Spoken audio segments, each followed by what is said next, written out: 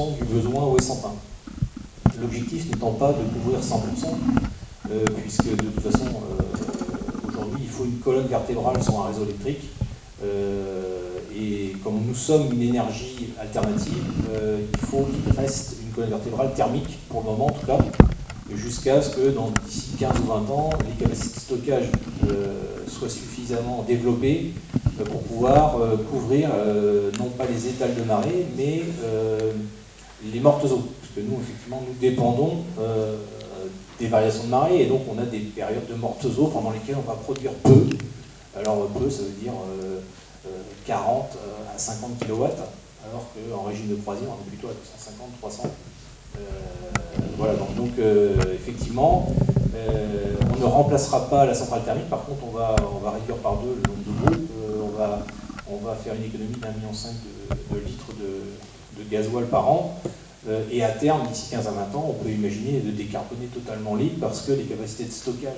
Donc les batteries, en fait. Alors batterie ou autre système, puisqu'il y a la pile à hydrogène, on peut imaginer aussi un système de step, et faire de l'hydraulique derrière.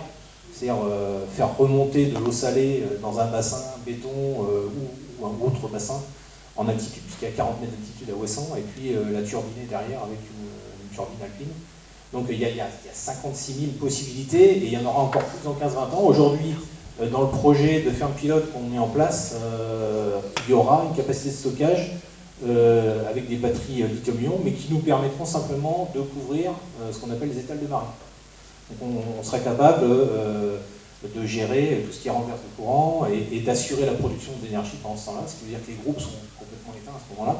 Mais on ne pourra pas, avec ces capacités de stockage, à moins de mettre un immeuble de batterie sur Ouessant, couvrir en fait les mortes eaux.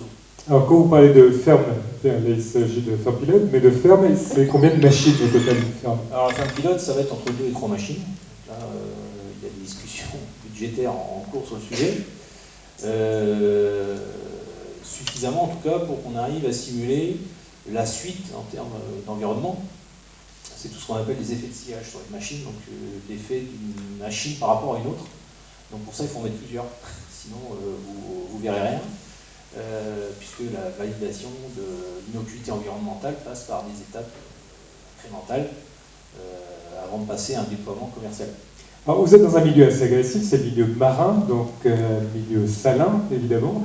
Est-ce que vos machines sont suffisamment costauds pour, je veux dire, tenir les marées, si je peux dire, enfin pour tenir dans le temps? Alors elles seront dimensionnées pour 30 ans.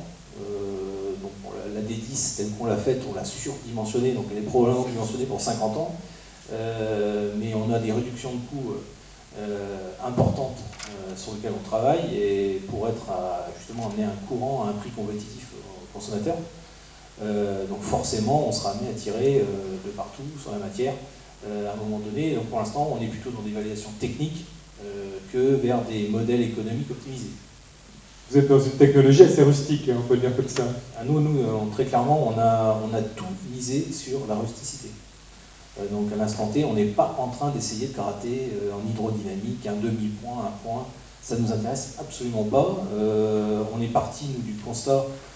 Alors, on a fait l'inverse de ce qu'ont fait la plupart de nos concurrents. C'est qu'on s'est dit, on va d'abord être amené à designer un système sous-marin qui va produire de l'énergie, et on n'a pas voulu packager une éolienne pour la mettre sous l'eau. Et ça fait toute la différence. Donc on est parti sur une extrême rusticité.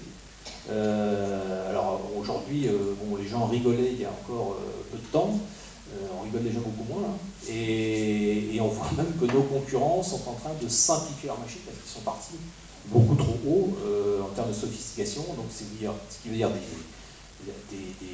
des temps de maintenance, donc une fiabilité faible, des temps de maintenance et des fréquences de maintenance élevées, ce qui veut dire que vous êtes obligé de sortir vos machines de l'eau tous les 2 ans, alors que nous on vise tous les 8 à 10 ans. C'est-à-dire que vous ne les touchez pas pendant 8 à 10 ans vos machines. Donc,